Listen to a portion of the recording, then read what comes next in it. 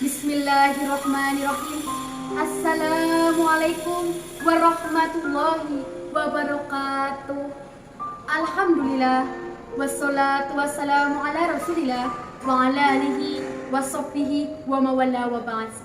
Dewan Kerja Cabang yang soleh dan soleha, Dewan Juri yang berbaik hati yang saya hormati, serta teman-teman yang saya cintai dimanapun dan kapanpun kalian berada. Semoga kita semua dalam lindungan Allah Subhanahu wa Ta'ala.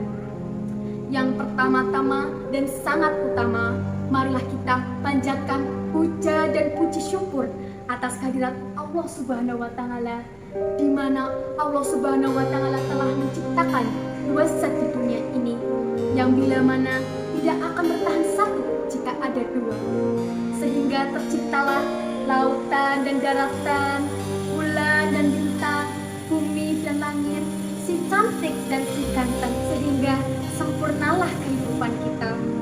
Yang kedua, salawat dan salam semoga selalu tercurahkan kepada Nabi kita, Nabi Agung Muhammad Sallallahu Alaihi Wasallam. Semoga syafaat untuk umatnya kita mendapatkan di hari akhir kiamat. Amin, amin, amin ya robbal alamin. Teman-teman, berbahagialah kita karena kita telah masuk di bulan Ramadan tahun 1442 Hijriah. Semoga Allah Subhanahu wa Ta'ala senantiasa memberikan kita kekuatan agar kita bisa memaksimalkan rangkaian kegiatan di bulan suci Ramadan ini. Dan hari ini kita telah memasuki hari ke-17 di bulan Ramadan. Para ulama senantiasa mengaitkan tanggal ini dengan hari pertama kali diturunkannya Al-Quran kepada Nabi kita, Nabi Muhammad Sallallahu Alaihi Wasallam. Dan peristiwa ini kita kenal dengan Nuzulul Quran. Lalu, apakah keistimewaan dari Nuzulul Quran itu?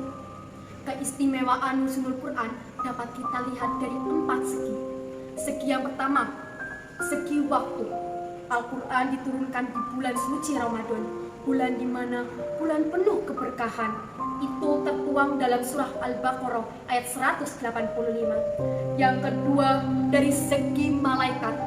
Malaikat yang dipilih oleh Allah Subhanahu wa Ta'ala ialah malaikat Jibril. Setelah malaikat Jibril menjalankan tugasnya, malaikat Jibril naik satu tingkatan menjadi Ruhul Amin, para pemimpin malaikat-malaikat. Yang ketiga, dilihat dari segi Rasul. Rasul yang dipilih oleh Allah Subhanahu wa Ta'ala ialah Rasul yang istimewa, yaitu Nabi Muhammad Sallallahu Alaihi Wasallam. Yang terakhir, yang keempat, dari segi mukjizat. Para nabi mempunyai mukjizatnya tersendiri, dan Nabi kita, Nabi Muhammad Sallallahu Alaihi Wasallam, mendapatkan Al-Quran sebagai mukjizat terbesarnya. Saking istimewanya Al-Quran, Allah Subhanahu wa Ta'ala menurunkan satu ayat khusus. Ayat ini berbeda dari ayat-ayat Ramadan yang lainnya, yaitu pada surah Al-Baqarah ayat 185. Allah berfirman, "Syahrul Ramadan alladzi unzila fihil Qur'an." Di bulan itulah Al-Quran diturunkan. Dan tujuan diturunkannya Al-Quran itu bukan hanya turun semata, bukan hanya bacaan biasa semata, tetapi Allah sudah mendesain Al-Quran yang indah dari surah Al-Fatihah hingga surah An-Nas untuk kehidupan kita. Secara singkat, Al-Quran mempunyai isi yaitu pedoman kehidupan manusia. Apabila kita tidak membaca pedoman, itu mustahil sekali. Contohnya, apabila kita menggunakan kompas, kita buka buku kompas, kita baca petunjuknya, maka kita akan mengetahui isi pedomannya, kita mengetahui cara menggunakan kompas tersebut. Tetapi apabila kita tidak membaca bukunya, bagaimana kita tahu cara menentukan arah mata angin? Bagaimana cara kita tahu menentukan arah jalan pulang waktu kita tersesat di perkemahan? Maka dari itu, bacalah pedoman untuk mempermudah kehidupan kita.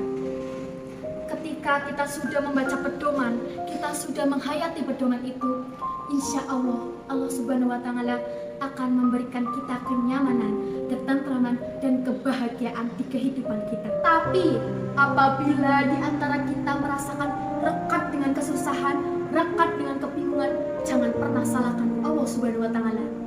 Contoh, kita sebagai anggota gerakan pramuka nih, kita kita menentukan program kerja yang bisa dilaksanakan di pandemi COVID-19 ini, yang semuanya dibatasi oleh pemerintah. Tetapi kita jangan pernah salahkan pemerintahnya, jangan salahkan pembinanya maupun anggotanya. Kita sadari terlebih dahulu, bisa jadi itu semua terjadi karena kita tidak menjadikan Al-Quran sebagai pedoman hidup kita. Ingat, Allah Subhanahu wa Ta'ala telah menyiapkan ayat-ayat yang indah. Ketika kita mendapatkan kesusahan, bacalah surah Al-Ankabut ayat 2-3. Ketika kita risau dengan jodoh, kita galau, baca surah An-Nur ayat 26. Dan ketika kita merasakan gelisah, merasakan risau, gundah, bacalah Al-Quran. Insya Allah, Allah Subhanahu wa Ta'ala akan memberikan kita kenyamanan dan ketentraman hati. Karena apabila kita membaca Al-Quran, satu hurufnya kita mendapatkan 10 kebaikan. Lalu bagaimana apabila kita membaca Al-Quran dengan terbata-bata, Kak? Kita tidak akan mendapatkan dosa, tetapi Allah akan memberikan kita pahala. Karena Allah melihat dari dua sisi. Sisi yang pertama, Allah melihat kita mau membaca Al-Quran. Sisi yang kedua, Allah mengetahui kalau kita dalam kesulitan membaca Al-Quran, Allah akan memberikan pahala kepada kita. Kita sekarang sedang berada di bulan Ramadan. Gunakanlah waktu kita untuk kebaikan. Kita baca Al-Quran, kita berzakat, kita bersedekah. Insya Allah puasa kita akan lebih bermanfaat. Sekian yang dapat saya sampaikan. Mohon maaf apabila ada kesalahan. Mangan ketupat, lahu bakmi, menawi lepat. Please forgive me. Wassalamualaikum warahmatullahi wabarakatuh.